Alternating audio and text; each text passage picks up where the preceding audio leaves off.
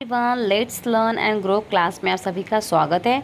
इस वीडियो में हमने पढ़ने वाले हैं 6th स्टैंडर्ड की हिस्ट्री का लेसन नंबर 3 आरंभिक नगर चैप्टर हमने ऑलरेडी स्टार्ट कर दिया है और इस चैप्टर का ये वाला लास्ट वीडियो रहेगा। ठीक है, तो जिसने पहले के वीडियोस नहीं देखे हैं वो जाके देख सकता है। काफ़ी इंटरेस्टिंग चैप्टर है और बहुत ज़्यादा इम्पॉर्टेंट है। सीटेट में हमेशा इस चैप्टर से कोई ना कोई क्वेश्चन देखने को मिल ही जाते हैं। ठीक है, तो आज हम पढ़ने वाले हैं नगरों में रहने वालों के लिए भोजन कैसे बनता था, या फिर कौन से फसल वो उगाते थे और कौन सी चीज़ें बाहर देशों से लेके आते थे। ठीक है, तो चलिए without wasting any time let's get started. तो जो लोग हैं ना वो नगरों के अलावा गांवों में भी रहते थे। ठीक है, और जो गांव में रहने वाले लोग हैं वो अनाज भी उगाते थे और जानवर को भी पालते थे। ठीक है, और जितने भी किसान होते थे और चरवाहे जो होते थे ना वो शहर में रहने वाले शासकों को, लेखकों को और दस्तकारों को खाने का सम्मान देते थे। ठीक है, क्योंकि जो शहर में रहने वाले जो लोग होते हैं वो गाँवों के रहने वाले लोगों के ऊपर डिपेंड रहते हैं खाना खाने के लिए, है ना। और जितने भी वहाँ पर पौधों के अवशेष मिले हैं ना, इससे हमें ये पता चलता है कि जो हड़प्पा के लोग हैं वो गेहूँ, जौ, दालें, मटर, धान, तिल और सरसों उगाते रहे होंगे। ठीक है, ज़मीन की जुताई के लिए ये हल का प्रयोग करते थे, जो कि एक नई बात थी, है ना। पहले के ज़माने के लोगों को क्या पता था कि हल क्या होता है। बट जब हड़प्पा के बारे में पढ़ना हमने स्टार्ट किया तो उन्होंने हल का आविष्कार कर लिया था।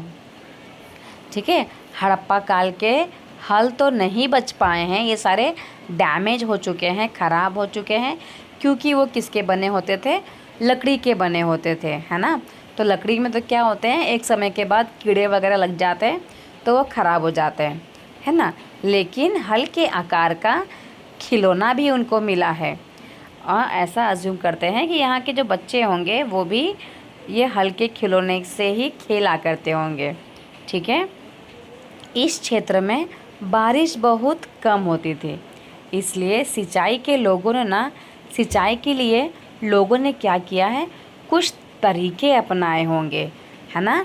जैसे कि पानी का संचय किया जाता होगा, पानी को बचाते होंगे और ज़रूरत पड़ने पर क्या करते होंगे, फसलों की सिंचाई की जाती होगी।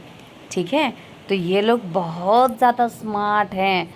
अब देख सकते हैं, है ना, कि भाई पानी कम है तो चलो बारिश होगी तो पानी का क्या किया जाएगा, स्टोर करेंगे हम पानी को, और जब भी ज़रूरत पड़ेगी तब हम इसका इस्तेमाल करेंगे, है ना। हड़प्पा के जो लोग होते थे ना वो गाय, भैंस, भेड़, बकरियां पालते थे और बस्तियों के आसपास जहाँ पर बहुत सारी बस्तियाँ बसी हुई थी, जहाँ पे बहुत सारा घर वगैरह है, उसके आसपास में तालाब भी हुआ करता था और चारागाह भी होते थे, ताकि जो भेड़ बकरियाँ हैं वो आराम से तालाब में जाके पानी पी सकें और चारागाह में आराम से चर सकें।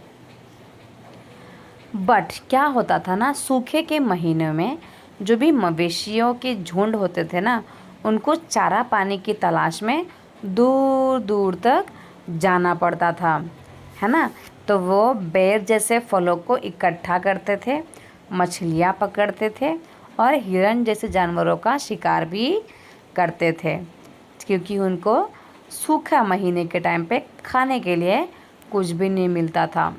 ठीक है, तो ये है इनका टॉपिक, नगरों में रहने वाले लोगों के लिए भोजन। तो ये भोजन आपने पढ़ लिया कि वो लोग कहाँ कहाँ से भोजन प्राप्त करते थे, है ना। पहले तो ये लोग बहुत सारे पौधे वगैरह भी उगाते थे, वहाँ से ही उनको अपना खाना मिलता था।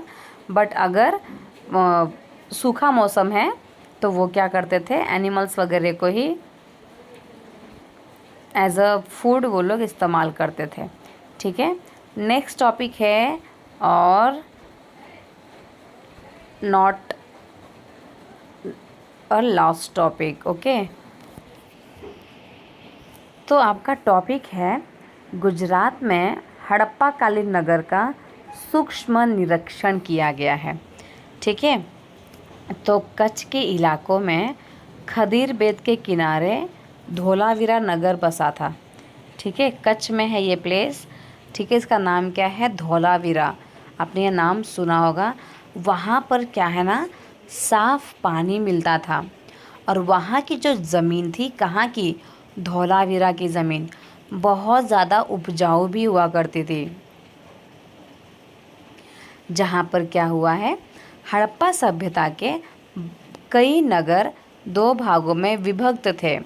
वही धोलावीरा नगर को 3 भागों में बांटा गया था, है ना। जैसे कि हमने पढ़ा सभ्यता में, हड़प्पा सभ्यता में हमने पढ़ा कि जो हड़प्पा सभ्यता है उसको 2 भागों में बांटा गया है।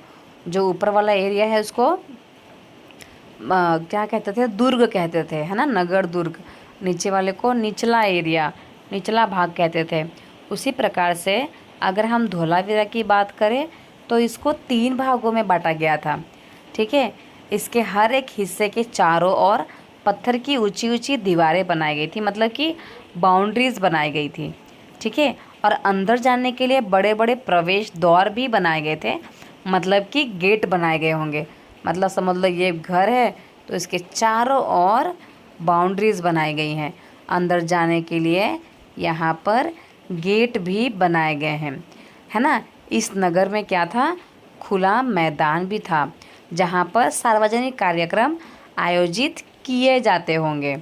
ठीक है, यहाँ पर कुछ ऐसे अवशेष भी मिले हैं जहाँ पर हड़प्पा लिपि के बड़े बड़े अक्षरों को पत्थरों में खुदा पाया गया है। मतलब जो हड़प्पा लिपि जो मिली गई है ना, तो बड़े बड़े पत्थरों में कुछ तो हड़प्पा लिपि में लिखा गया है, बट क्या लिखा है वो आज तक कोई भी नहीं पढ़ पाया। अभिलेखों को संभवतः लकड़ी में जड़ा गया था। जितने भी चीज़ें हैं ना उसको लकड़ी वगैरह में जड़ा गया था। और ये एक ऐसा अनोखा अवशेष है क्योंकि आमतौर पर हड़प्पा के जो लेख है ना वो मुहर जैसी छोटी वस्तुओं पर पाए जाते थे, है ना। जैसे कि कुछ भी उनको लिखना है तो वो जब ने मुहर देखा उतने बड़े पर ही लिखते थे। बट पहली बार ऐसा कुछ मिला है कि उन्होंने बड़े बड़े पत्थरों का इस्तेमाल किया है कुछ भी लिखने के लिए। ठीक है, गुजरात की अगर हम बात करें तो गुजरात में खंभात की खाड़ी में मिलने वाली जो साबरमती है कि एक उपनदी के किनारे बसा लोथल नगर ऐसे स्थान पर बसा था जहाँ पर कीमती पत्थरें जैसे कि कच्चा माल आसानी से मिल जाता था। ठीक है, तो यह जो है ना पत्थरों, शंखों और धातुओं से बनाई गई चीज़ों का एक महत्वपूर्ण केंद्र था। इस नगर में क्या मिले गए हैं? भंडार गृह भी मिले हैं। ठीक है, और इस महाभंडार गृह से कई मुहरें और मुद्रांकन या फिर मुहरबंदी मतलब गीली मिट्टी पर दबाने से बनी उनकी छाप भी मिली हुई है। मतलब ये गीली मिट्टी पे जब हम लोग किसी चीज़ को छापते हैं तो उसका छाप पड़ जाता है ना, वैसी चीज़ें भी मिली गई हैं। ठीक है, तो ये हम किसके बारे में पढ़ रहे हैं? गुजरात के लोथल के बारे में, कि यहाँ पर क्या मिला गया है? भंडार गृह भी मिले हैं, बहुत सारे कीमती पत्थर भी मिले हैं, है ना, जैसे कि पत्थर, शंख, धातुएं, ये सारी चीज़ें, है ना। और ये जो लोथल शहर है वो साबरमती के किनारे बसा हुआ है। चलिए आगे देखते हैं। जो लोथल का बंदरगाह है ना, मतलब बंदरगाह मतलब जो किनारे वाला एरिया होता है जहाँ पर शिप वगैरह आके रुकती हैं, तो ये जो है ना तालाब, बहुत बड़ा तालाब का बंदरगाह रहता होगा जहाँ समुद्र के रास्ते आने वाली नावें रुकती थी। संभवतः यहाँ पर माल चढ़ाया या उतारा जाता होगा। तो लोथल का जो बंदरगाह है ना वो बहुत बड़े तालाब का बंदरगाह है। ठीक है, तो जितने भी समुद्र से आते होंगे ना नावें वगैरह वो वहीं रुकती होगी और वहीं पर ही सामान वगैरह को चढ़ाया जाता होगा। देख सकते हैं आप किस तरीके से उसको बाउंड्रीज बनाई गई हैं तालाब का, है ना। और यहाँ पर एक इमारत मिली है जहाँ संभवतः मनके बनाने का काम होता था, क्योंकि वहाँ पर पत्थर के टुकड़े मिले हैं, अधबने मनके मिले हैं, मनके बनाने के लिए जो उपकरण चाहिए वो भी मिले हैं। तो ये सारी चीज़ें वहाँ पर मिली हैं। तो इसलिए ऐसा जो पुरातत्व वाले हैं वो बोलते हैं, ऐसा बोला है उन्होंने कि मनके बनाने के लिए एक पर्टिकुलर रूम भी मिला है, मतलब एक इमारत भी मिली है जहाँ पर मनके वगैरह बनाए जाते होंगे। ठीक है, चलिए देखते हैं नेक्स्ट। तो मुद्रा मोहर और मुद्रांकन या फिर मुहरबंदी। तो मुहरों का जो प्रयोग होता था सामान से भरे उन डिब्बों या थैलों को चिन्हित करने के लिए किया जाता होगा। मतलब कोई सामान बॉक्स में भर दिया है, अब इसके ऊपर क्या लगाते थे वो लोग, मोहर लगा देते थे, है ना, जिन्हें एक जगह से दूसरे जगह भेजा जाता था। तो थैलों को बंद करने के बाद उनके मुहाने पर गीली मिट्टी पोत कर उन पर मुहर लगाई जाती थी। मुहर की छाप को ही क्या कहा जाता है, मुहर बंदी कहते हैं, वो लिख लीजिएगा। मतलब कि देखो, अगर कोई थैला है, इसको अच्छे से भर दिया और इसको अच्छे से बांध दिया थैले को, ठीक है, तो जहाँ उसको बांधते थे वहाँ पर गीली मिट्टी से लिपाई करते थे और इसके बाद यहाँ पर छापा मारते थे। तो मुहर की जो छाप है ना, उसको ही क्या कहा जाता था, मुहर बंदी कहते थे, है ना। अगर ये छाप टूटी हुई नहीं होती थी तो यह साबित हो जाता था कि सामान के साथ कोई भी छेड़छाड़ नहीं हुई है, जैसे कि मैंने आप लोग को पहले ही बता दिया था, है ना। और अगर ये मुहरबंदी टूटी हुई मिली है, मतलब कि यहाँ पे पक्का कुछ ना कुछ छेड़छाड़ हुई है ना। अब ये लास्ट टॉपिक है और इसके बाद चैप्टर यहीं पे ख़त्म हो जाता है। तो चलिए जल्दी से ख़त्म करते हैं। तो इस सभ्यता के बारे में तो हमने पढ़ लिया, हड़प्पा सभ्यता के बारे में, कि कैसे ये मिली, कैसे यहाँ के लोगों ने अपना जीवन को व्यतीत किया, कैसे उन्होंने खाना खाया, है ना, कैसे उन्होंने क्रॉप्स वगैरह ग्रो किए, कौन से क्रॉप्स ग्रो किए, ये सारा हमने पढ़ा। अब इस सभ्यता का अंत कैसे हो गया भाई, है ना। तो चलिए देखते हैं कि जो हड़प्पा सभ्यता है वो ख़त्म कैसे हो गई। तो लगभग 2900 साल पहले एक बड़ा बदलाव देखने को मिला, ठीक है। और अचानक इन लोगों ने क्या किया, यहाँ के जो लोगों हैं ना, जो लोग थे, इन्होंने नगरों को छोड़ दिया और उन्होंने लेखन, मुहर और बाटों का भी प्रयोग करना बंद कर दिया, ठीक है। दूर दूर से कच्चा माल का आयात काफ़ी कम हो गया। मोहनजोदड़ो में जैसे कि सड़कें मिली थी, है ना, तो सड़कों पर कचरों का ढेर बनने लगा। जल निकास मतलब पानी निकालने के लिए जो उन्होंने प्रणाली बनाई गई थी वो भी नष्ट हो गई और सड़कों पर ही झुग्गी नुमा घर बनाए जाने लगे। समझ में आ रहा है। तो सड़क है यहाँ पर, तो सड़कों के नीचे ही झोपड़ी जैसा घर बनाने लग गए और ये जो नगर है वो छोड़ दिया उन्होंने, और जो भी सामान का ये लोग आयात वगैरह करते थे वो सारा उन्होंने बंद कर दिया, ठीक है। तो यह सब आखिर क्यों हुआ, बहुत बड़ा प्रश्न यहाँ पर खड़ा होता है ना। तो इसके बारे में कुछ पता नहीं है।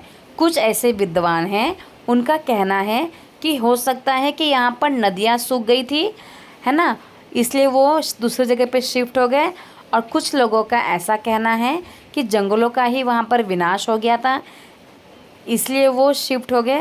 और इसका कारण यह भी हो सकता है कि ईंटें पकाने के लिए ईंधन की ज़रूरत पड़ती थी, ठीक है, इसलिए शायद से वो दूसरे एरिया में शिफ्ट हो गए। इसके अलावा जो मवेशियाँ होते थे उनको बड़े बड़े झुंडों से चारागाह और घास वाले मैदान समाप्त हो गए होंगे, मतलब कि जो भी एनिमल्स वगैरह को पालते थे, तो हो सकता है कि जो घास वगैरह है वो ख़त्म हो गया होगा, तो इसलिए शायद से वो दूसरे जगह में शिफ्ट हो गए। या तो फिर कुछ इलाकों में बाढ़ आ गई होगी, इसलिए उन्होंने हड़प्पा नगर को छोड़कर दूसरे जगह पर चले गए। लेकिन इन कारणों से यह स्पष्ट नहीं हो पाता है कि सभी नगरों का अंत कैसे हो गया, क्योंकि बाढ़ और नदियों सूखने का असर कुछ ही इलाकों में हुआ होगा ना, है ना। अगर बाढ़ आती भी है तो एक पर्टिकुलर एरिया में ही आती है, पूरा का पूरा गुजरात थोड़ी एक साथ में डूब जाएगा, है ना। गुजरात में वहाँ पे डूबेगा, वलसाड़ डूबेगा, सूरत डूबेगा, अहमदाबाद डूबेगा, पर गांधीनगर थोड़ी डूब जाएगा या फिर दादरा नगर हवेली थोड़ी डूब जाएगा, है ना। तो कुछ ही इलाकों में अगर बाढ़ भी आती है तो कुछ ही इलाकों में आती है। तो ये स्पष्ट नहीं हो पाया कि हड़प्पा सभ्यता किस प्रकार से ख़त्म हो गई, है ना।